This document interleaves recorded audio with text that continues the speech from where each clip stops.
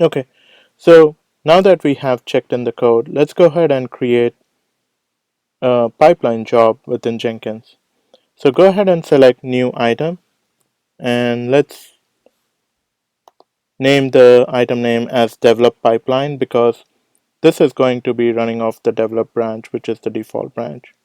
Let's go ahead and click on pipeline, and let's go ahead and say OK. So once this has been loaded, we are going to configure it to listen to the changes on the develop branch.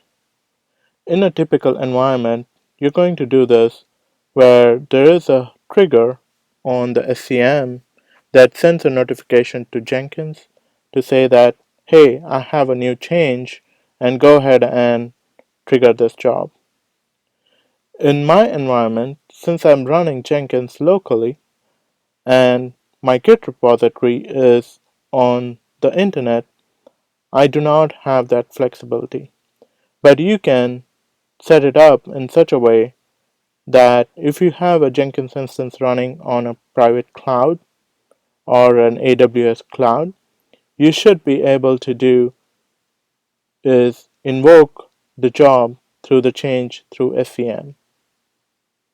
In this course, we are not going to talk about configuring the triggering of the job, but we are just going to concentrate on the triggering of the pipeline job.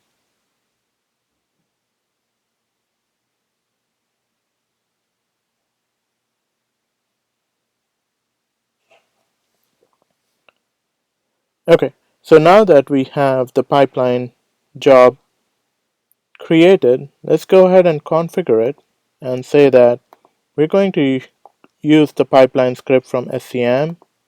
The repository is Git, and we're going to provide it the Git repo URL. I'm going to copy that, and my branch specifier would be develop. And let's go ahead and say apply. Make sure that you do the unchecking on the lightweight checkout.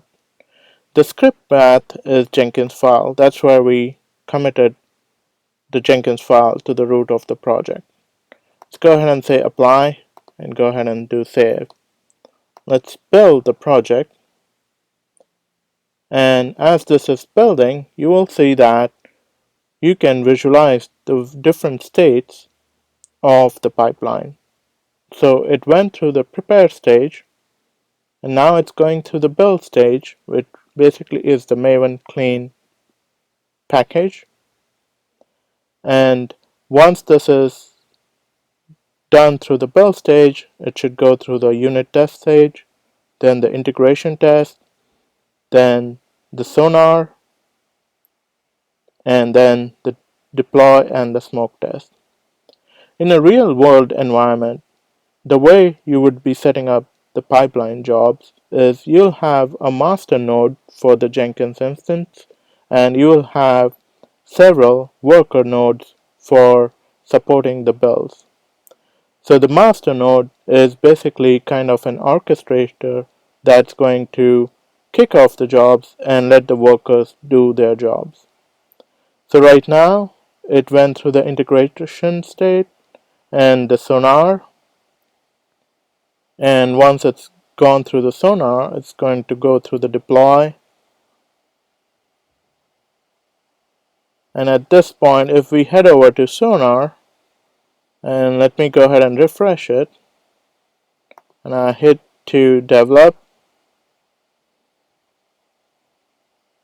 and I should see the activity that it just pushed the latest changes to the repository,